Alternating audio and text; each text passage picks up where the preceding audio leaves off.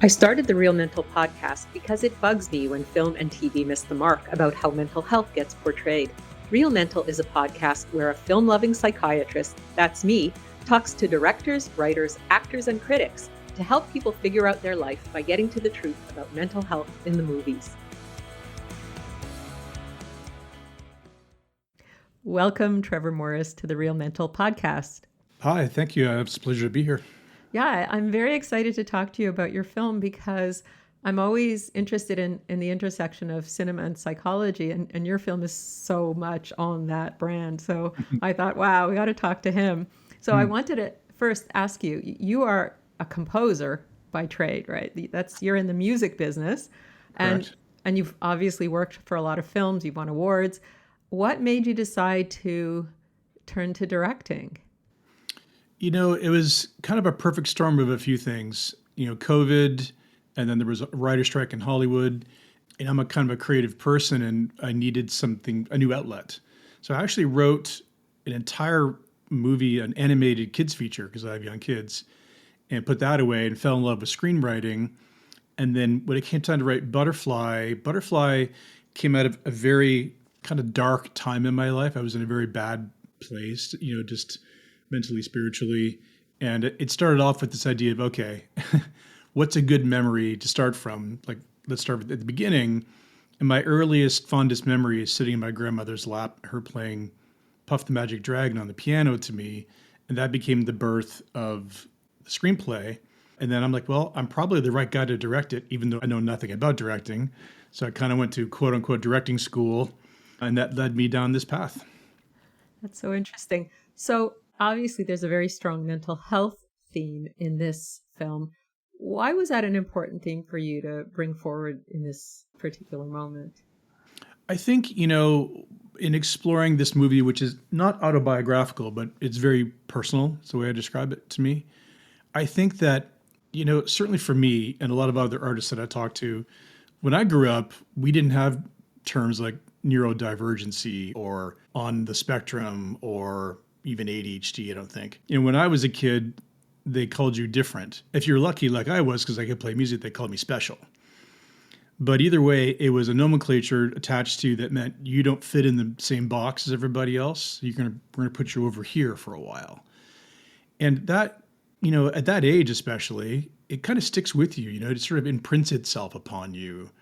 And you sort of take it, at least for me, you take it with you in your life with this idea of even special, which is a nice way of saying different, but why am I not the same as everybody else? And why do I feel different than everybody else? And whether you have dyslexia or whatever your thing is.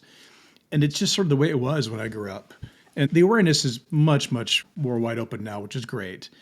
But what I wanted to explore in the movie is this idea of this talented musician who has OCD, who is really just trying to make his way through the day, get out the door, you know, and to make human connection and to try to get past his struggle of wanting to play music live for other people, stage fright kind of a thing. And again, those are parallel beats to my life. And I think that the idea of getting out of our own way is kind of one of the themes I wanted to explore. And it's just part of the artist's journey, I guess. You know, most of the artists that I meet are on some kind of a spectrum, you know, and I just think that it's being talked about more, which is great. I wanted to use that theme in the movie. It's really interesting. But, you know, your main character, Jason, he's an interesting guy because he's obviously very talented, but he's also very, very troubled. And I love the fact that he has this brother, Dylan, who's so supportive of him and really isn't judging him, even though he has a lot of quirky behaviors and, you know, they're kind of obvious quirky behaviors. His brother seems so supportive. You know, what to you did that mean to have that relationship in the film? Well, what Dylan represents is, you know, he's a good looking kid. You know, he's got that jock kind of thing going on, good genetics. And it's in the dialogue, you know, life comes easier to him than it does to his brother. Whether you're a beautiful woman or a good looking guy or you're talented or you're rich, or certain people have easier rides in life than other people. So what he represented as a character was this counterpoint to his brother where everything's a struggle, you know, and I have a whole backstory on Jason's childhood and all that stuff as well. So even to the point where his brother can make fun of him, which probably no one else can do without triggering him. He calls him Rain Man as a little joke. So he represents that kind of, the opposite of what Jason's existence or experience is like.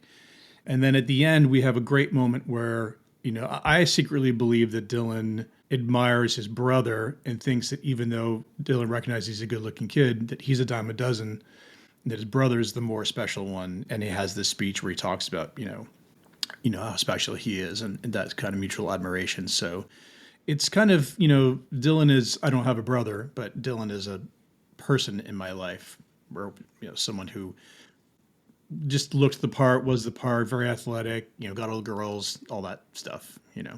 So really what you're saying is that some people who on the surface look like they're having an easy life and, everything is smooth for them, even though they are more like everyone else, they may not be as unique.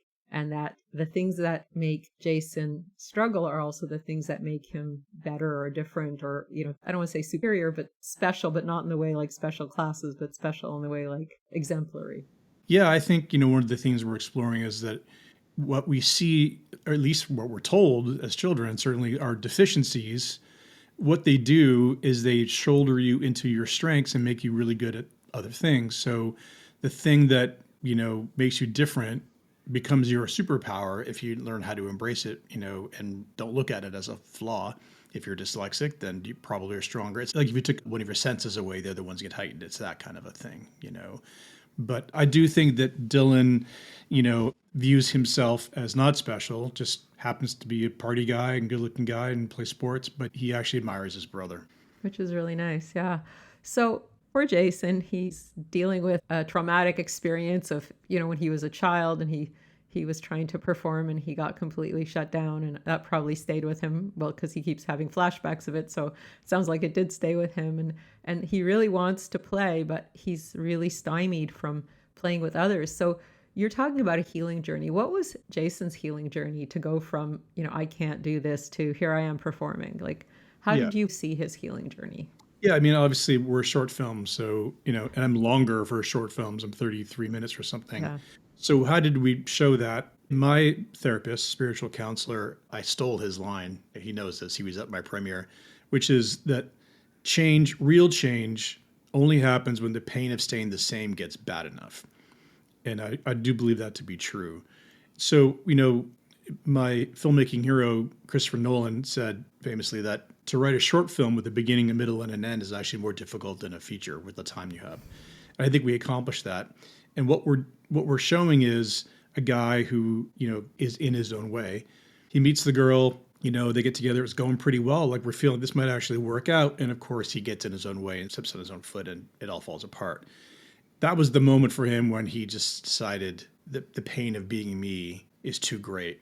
And he goes on this healing journey. For me, I went to an ayahuasca ceremony in Costa Rica. That was my version of this, where I'm like, the pain of where I was so bad. I was at this sort of semi-rock bottom moment in my life. Like the pain was bad enough, I needed to go do something bold and crazy and go to Costa Rica alone. So in the movie, he goes on a healing journey to the desert, to the Joshua Tree Desert. And then supposedly, in our short amount of time, does some healing, does some work, and then, decides to go forth and work his way to the place where he can try to muster his talents and play music for other people, which is what he really wants, is human connection and to share his music. So I know we're going through a lot of healing in a short amount of time in the movie, but that's the journey that I went on, and that's the journey that I wanted to see him on, to see him cross that Rubicon that he just couldn't bring himself to do. And now let's pause for a quick word about my other podcast. I'm Dr. Marcia Sirota. We all need to be inspired and uplifted these days. We need a good laugh and we need to be moved. In the Ruthless Compassion podcast, I speak with a wonderfully diverse group of people. They've overcome daunting obstacles and they're making unique, exciting contributions to our communities and to our world. The Ruthless Compassion podcast has created more than 175 episodes over the past several years. Why not have a listen to it today?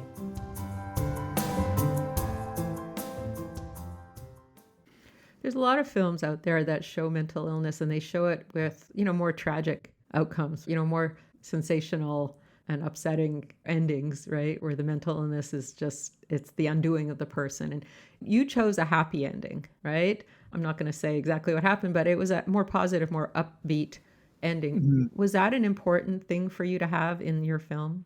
It was. I wouldn't call it a happy ending, but I would call it an ending that leaves, hopefully, the impression with a sense of promise. You know, not everything is tied up with a bow. And part of this was, I consulted with a wonderful man in Toronto, an OCD consultant who is a doctor and he coaches. And OCD can be very deep and very dark. So the OCD that we focus on, there's 6 or 7 kinds, is the kind that I have, which is symmetry and counting. That's the food group we chose.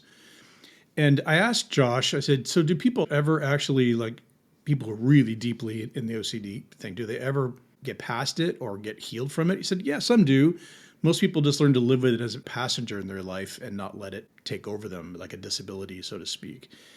But I didn't want to paint the picture that he's magically healed, but I did want to paint the picture that he got past his pain to push to a new level. So, I vote on the Oscars. I see all the short films and they're all amazing. They tend to really go into the human condition. There are some science fiction shorts and things like that, but a lot of them are the human condition, the tough stuff, poverty, war, worse. So to answer your question, I did want to leave this one with a bit of the human spirit, feeling like, if you do the hard work, that there's a possibility on the other side of our struggles. That was a conscious choice. Yeah. Yeah. And in terms of the relationship, here's this guy and he's just so preoccupied with his compulsions. And then, this young woman walks in hearing the music that he's playing and she's very inspired and she takes a liking to him. Did you feel that the relationship, obviously it was the big trigger when he kind of had his little mini explosion in their conversation, but did you feel that the relationship was really pivotal in his, healing journey and starting the healing journey? I think what's interesting about Sorrel is the female character. What's interesting about Sorrel is, much like Dylan, the reason I cast that actress who's brilliant, is Sorrel lives her life completely free. She's authentic. She's herself. Every room she goes into, she's that, and the actress in real life is very much like that. So she represents how Jason wants to live his life, but he can't because he's in his own way or whatever is holding him back. So what I found interesting about that pairing of characters is that she's so authentic and she's so on her sleeve. And so, he wants to be that, which is why when it goes south, it's terrible. And, we paint a picture where, especially on a first date that went that badly, the girl could have been, I'm out here. I don't want anything to do with this. But she didn't. She saw something in him and she checked in on him. And then, of course, in the end, kind of snuck in the back door to watch him have his moment. So it's kind of a, boy gets girl, boy loses girl, boy gets girl kind of, classic theme built into the bigger story. Yeah. And it's nice that again, the support, you're giving us a message that having these people in your life who are accepting, supportive, non-judgmental, can see beyond your symptoms, how important that is. Is that something that you find as well? Very much, yeah. I mean, what she represents is someone who saw this guy at his worst and it was okay. She's like, it wasn't the deal breaker, so to speak. And, I think if there is a universal human condition that's built into all of us, is that we want to be seen for who we really are. But I think sometimes before people can see us, we have to see ourselves as who we really are. And that's what Jason's real journey is, in my opinion, is not getting past OCD. His real journey is his search for his authentic self, his authentic voice. And in the end, the visual between Sorrel, the image that we're left with those two, is her seeing him in quotations and being proud of him. I think that's why I've gotten such strong reactions from people who've seen the movie, is that moment where they felt like he was seen, more so than the musical accomplishment, which is great, but it's the fact that she stuck around when she didn't have to and is proud of him, and it leaves, even in the romantic sense, it leaves the possibility. What will happen to them? Who knows? But it's possible that it might work out. Yeah, and if nothing else, she was able to see him and he was able to be seen, and that in and of itself is pretty special in this world. I think so. I think it's something we all want, for sure. So yeah, that was the tone of the ending, the emotional sensibility I wanted to leave the audience with. Yeah. Well, aside from that, because you sort of answered my next question a little bit, but aside from that, what did you want the viewers to walk away with after seeing this film? What emotion, what thought did you want them to take away from watching this film? It's really, I mean, I debated how to end the movie with the super titles, the text that's on screen. And I wrote a whole long thing about butterfly on a wheel and what that means and all that. And eventually I came around to, I was going to give it to the audience. I'm just going to hand it to them, which is that what makes you different is your superpower. That's the message I wanted to leave with, which is a way of saying what makes you different is what makes you special. What may be a deficiency in the view of yourself or other people is what makes you great, and to embrace your flaws and to find your authentic voice. And there's a place in the world for it. And it takes some courage for people to find that. I think going on the journey of finding your true authentic voice is probably the greatest thing we'll ever do as individuals. Yeah, and it takes courage because there's so much pressure. There's always so much pressure to conform. There's always so much pressure to be like everyone else. There's so much pressure, I don't know, maybe with social media even more so, to be a certain way. And if you veer off in any way, then it can be very hard for you to accept yourself. And so, yeah, finding your authentic voice without feeling the pressure to be like everyone else. I mean, that's really the not to go down the social media debate, but the real hidden evil of social media is that, everyone's living their highlight reel. That's not their authentic self. So we're comparing our internal reality to someone else's external reality at scale. So everything about that is in direct opposition to finding your authentic voice. So it's raising kids in this generation for them, my children, to make them realize that none of that stuff is authentic. It could be true, but that's not the way they live their life. Their life isn't one big highlight reel, but that's certainly how we portray ourselves, our best foot forward. And I think that's not great, for the human psyche. But I don't know. Yeah, well, I have to say, I really enjoyed the film. And it's funny because it was a very short film, but it felt like a real, like you said, felt like a full story. And Thank I you. understand how it's harder, to do a short one because the time is compressed. You got to get everything in there, and you have to make such specific choices to get like every beat Yeah. because you can't waste your time, right? You got the little tiny bit of time. And my short is long for short Yeah. films. A lot of short films are 18 minutes or something like that. But that was the time I needed. And there's so much that I shot that didn't make it into the movie. But I do feel like it's paced well and it kind of carries you along. And it does feel like it has a beginning, middle, and an end, which I think is a great accomplishment for all of us who made the film. Yeah, I think you guys should be very proud of yourselves, like especially since you weren't a director before. I guess now you can call yourself a director. I'm now a director. Absolutely. Yeah, it's pretty cool. Like I think sometimes, there's something in Zen called beginner's mind, and it's the mind free of preconceptions and free of, beliefs that might be limiting. And so if you just go in fresh and not knowing, what someone who might be more jaded knows, it can actually be advantageous. Yeah, tabula rasa, right? Same Yeah. thing. Yeah, exactly. Well, we're really trying to push it hard through award season to try to get, I mean, it'd be great to win an award. That's not really my motivation. It's just to get exposure for short films are difficult, and there's a lot of them because every first-time filmmaker makes a short. But we're really trying to get it some energy in the award circle to try to get it to be seen, because I do think that there is a message in there that seems to universally resonate, and just, we all want to share that experience. Yeah, well, I think, as a psychiatrist, any film that shows a very accurate portrayal of a mental health condition that's troublesome and that shows, different ways to approach it and, how people around the individual can be supportive, I think that in itself is commendable, as well as it being just a nice movie to watch and an uplifting movie to watch. Well, I appreciate that. Yeah, Josh, my OCD consultant, I said to him, "You're my target audience, man. When this is done and you watch it," and he was at the premiere, and he more or less said, "Because yeah, that's kind of what that looks like." Yeah. So I was proud of our actor who was very courageous to do what he did with the material that I wrote to portray that as closely. It was super important to us that it felt real and not super sensationalized or even not too debilitating, because certainly there are definitely people with other brands of OCD that it really is debilitating to the point where they can't even live a normal life. And I chose to go down the road of just a normal person with normal problems, with normal desires, like, just wanted to meet the girl or have his voice be heard. to make it more universally relatable, and I think it worked out. Yeah, I think everyone has something, right, that they feel bad about themselves. And I think if you make it very, very specific, it becomes very universal. And so Jason is like everyone, right? We're all struggling with something or some things, and we all want to, be seen and overcome our obstacles. Yeah, I've learned as a filmmaker, one of the mantras that I cling to now is that which is most personal is actually most universal. Yeah. And so the more personal I made that story as a screenwriter at that stage, which was hard for me at times, it really paid off in its resonance that it feels personal, it feels small in a way, and one person's, just trying to get out the door, and because of that, everyone seems to resonate with it.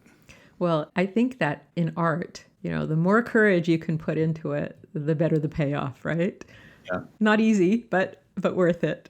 Yeah, I mean, I certainly struggle with putting as much of myself, and there's a lot of myself in this movie, to, have the courage to do it, and then to give it to an actor and have him have the courage to bring it to life. So there was a lot of that going on, but it's amazing. Even the crew, who are notoriously salty, came up to me and said, I really relate to this, or, my grandmother meant a lot to me, and it's wild, So I think we have something special, and I really wanted it to be seen as much as possible, and I love talking about it, so I appreciate you having me on. Oh, well, it's been great talking to you. Like I said, it's right up my alley, this kind of film. It's a piece of art, and it's a piece of art about mental health. So I couldn't not talk to you, right? If you were willing, I was going to talk to you. So I'm glad you came on too. Yeah, perfect. Well, thank you so much, Trevor Morris, for talking about Butterfly on a Wheel. And I do hope that people go out and see it, because I think it really is a film for everyone. I appreciate it. Thanks for having me. It was nice talking to you. This is Dr. Marcia Sirota. Thanks for listening to the Real Mental Podcast. Please leave a review and your comments wherever you listen to podcasts. And don't forget to sign up for my free newsletter at marciasirotamd.com. And while you're at it, why not check out my Ruthless Compassion podcast with over 180 episodes and counting. If you have any ideas for guests for either Real Mental or Ruthless Compassion podcasts, please email us at info@marciasirotamd.com. Happy listening.